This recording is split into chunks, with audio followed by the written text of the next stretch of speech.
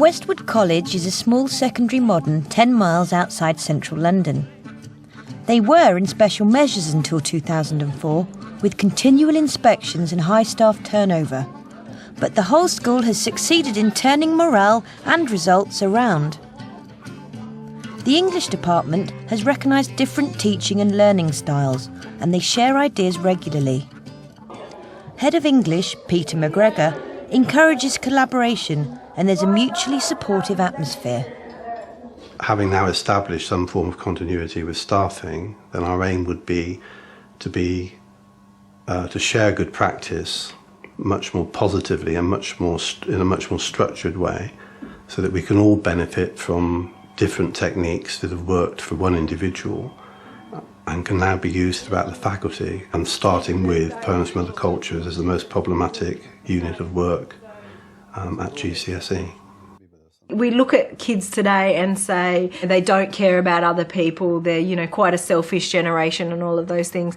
And so perhaps, through this choice that all students here are having to study these poems and are having to find inroads into understanding people from other cultures. Like maybe we're doing them a much greater service beyond just understanding a poem, just in terms of the wider world. But then you're doing them a terrible disservice if you take the moral high ground and say, I want to teach the passion of poetry, the romance that's in the language, and they fail their exam. My poetry teaching at the moment is completely schizophrenic, because I'm going through I love this poem, then I sit and cry and read it to them, and then I give them tons and tons of notes, and we write meticulous notes on the anthology, but they know that they won't have those notes in the exam. But what's interesting as well, sometimes when we start doing this poetry, they think it's going to be poems from other countries, and they're quite intrigued when it's poems from other parts of the UK. It's quite a close-knit community that surrounds the school. We don't have a great problem with racism, rather it's ignorance. There's just no real awareness that there are other cultures out there to value. And especially with the poems from other cultures and traditions, they don't have that initial hook that we need to grab their attention, because they can be quite inward-looking. Really, the only culture they can be interested in sometimes is the one that they are living. They can fall into the trap where they might not value other cultures. So trying to teach them poetry about the value of other cultures is a big leap. I do like some poems, but some are just like a bit boring.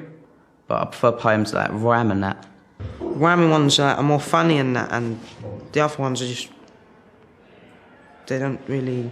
I don't know, I only like rhyming poems, really. I find some of them a bit that I don't really like, that are a bit boring.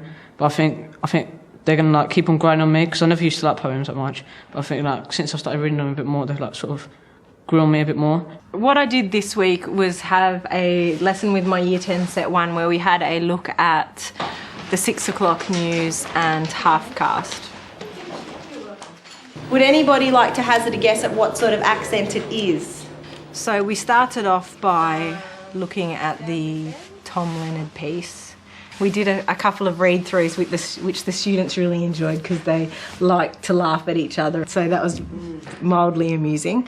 This is thy 6 o'clock news. Thy man said in thy reason I took why BBC accent in cause if I talk at about thy truth like one of you, scruffy, windy, thinky, it was true. This is a 6 o'clock news, the man said. And then we watched a video that had Tom Leonard reading over the top of it, so they got to hear his voice, and I think that made a lot more sense to some of them than the mumblings that we had managed to put together. When the first person read it out, they kind of didn't understand what the words were, because they're so different to what we say. And it sounded really funny, like an English person trying to speak Scottish. It was just hilarious. We couldn't even pronounce half of it. I mean, even when we had to underline it and say what we thought it meant, I got it all wrong. I just can't speak Scottish. When I first read the poem, I was like, what? I don't understand any of this. And then we went through and broke it down, and bit by bit I kind of put it together and kind of understood it. When we saw the video, that made it absolutely so much clearer, and it was quite funny to watch as well. So it was more interesting. So basically what I did is I had the poem up on a flip chart and we unpacked it as a class. So we went through first of all and we looked for words that we might not have recognised, and obviously, especially in the 6 o'clock news, it was full of them, and we had a fun time going through and working out what those words actually were in proper English. And then we basically looked through to see if there might be any examples of the craft in there. On the structure, did the point come out that the way it's set out on the page perhaps resembles a teleprompter, so that the real 6 o'clock news people are reading No. from a prompter in front of them? Because that occurred to me as one why it's set out like that. Yeah, that's brilliant. No, that had never occurred to me, and it didn't come across with that either. Basically, all we looked at in terms of structure was the short lines sort of symbolised, him spitting it out, so he, the anger and like really trying to make his point. And I think I tried to make that point to one of the students by saying, if you listened, and I really like spat things out and turned it into short lines, and they were sitting there going, okay, I get it.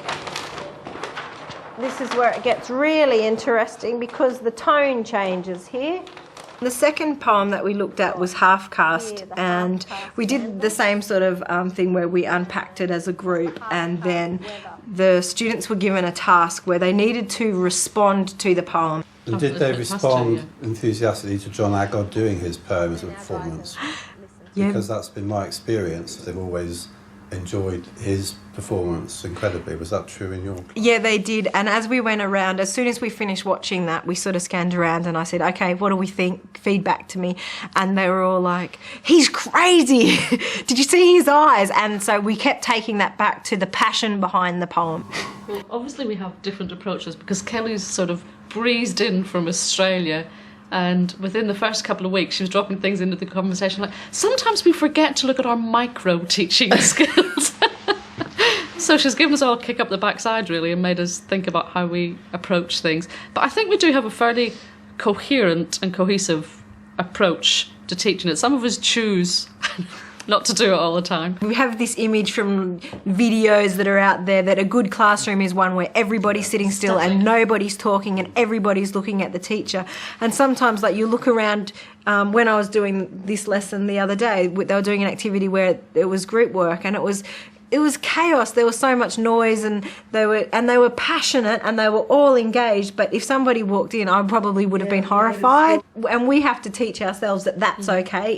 If they're learning and it's increasing their understandings, then it doesn't matter if it doesn't look like the Stepford pupils. I think you have to be realistic as well, don't you? Because I think with my year 10s I've been really, really strict with them because it's such a big class and they're doing the GCSE in a year. And this is the first time this week that I've actually got them into groups and given them a task to do, and it has been noisy, chaotic, people fighting over pens and Pritt sticks and stuff. And when I collected in the work today, it's absolutely fantastic. While we saw the value in all the different learning styles tests and things that were there, we decided as a whole staff, specifically in the English department, to go down the route of VAC attack, as we called it, which is based on visual, auditory and kinesthetic learning. And while that in itself is certainly not innovative, I think taking the idea on as a department and what we have done with it has been incredibly successful, and we changed our whole approach to what we were doing.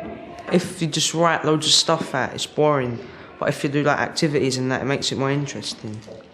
Well, just talking and make you do work from a book, that's just too boring and no one takes anything in. I find it easier to read things out and to write things and get my ideas across if my friends are doing it with me, because I like to talk and that's how I like to express myself. Group was fun, but it's difficult when you don't really get on with the people because they were random groups and I prefer my mates. I think you can work a bit better when you can discuss with other people what you want, what you're going to do, and how you're going to write things and stuff like that. But sometimes I think it's better if you just work in silence and just think by yourself what you're going to write. We can't be all things to all people.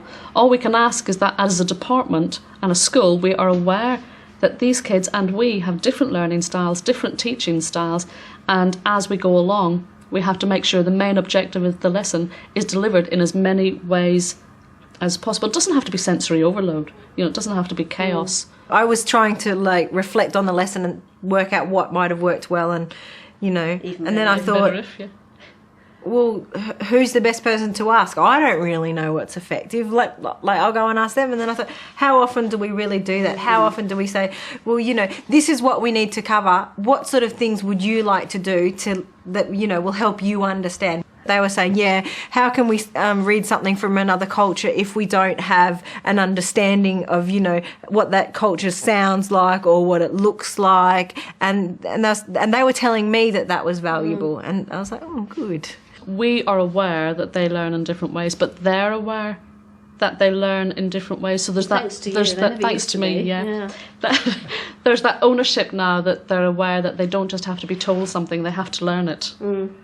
Which is a big leap for them. And it's a whole cultural shift within the school as well that I've really noticed in the last couple of years of actually trying to get the kids to realise that learning does not just happen to you. You know, I did a whole assembly on it. Someone doesn't slap you when you're educated. You know, you have to actually have some kind of... Yeah, you actually have to take some ownership and some, you know...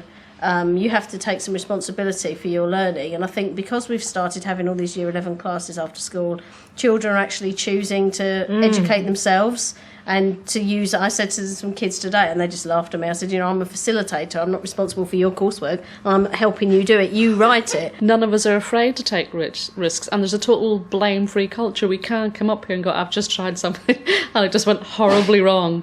And nobody's going to say, well, you know, you're not actually supposed to try those things. You're supposed to just make sure they're ready for their exams. Everyone has their own different learning style, and we just are able to understand it better. Yeah, I think it's good when there's like interaction between teachers and the pupils, because like you get more out of it, then you feel like you're part of the lesson rather than just being talked to. So if I was a teacher, I'd probably say to her that she should put us in a seating plan with our friends sometimes and not sometimes, so that we can do more group work and work together as little individuals in a whole class, because not everyone gets to say what they want to say. We're not grammar school wannabes. I mean, we are what we are, and we know the nature of the kids, and we deal with it. We don't spend all our time weeping and wailing about the state of the nation and wishing we had different types of kids. We actually deal with what we have, and you have to value what they can bring as well, which I think is one of the things that's quite strong. We've really, really focused on doing whatever it takes to get C's out of as many children as possible, and I think we haven't lost that, though we're out of special measures and the exam results were actually really excellent. I think it was because it was like, well, this child, they're not quite there yet, and we didn't sit back and say, well, they're a D. We just, well, how else can we help this child with the poetry? And I think we really did that last year, and I think it's paid off. I think we don't give up on the kids. Well, one of the ironies of working in a secondary modern school is that the children who supposedly failed the 11 plus then end up, having reached the end of their schooling here, going to a local sixth form college, which may well be situated in the very grammar school that they didn't achieve at the age of 11. As a faculty, we want to give them the choice of what to do.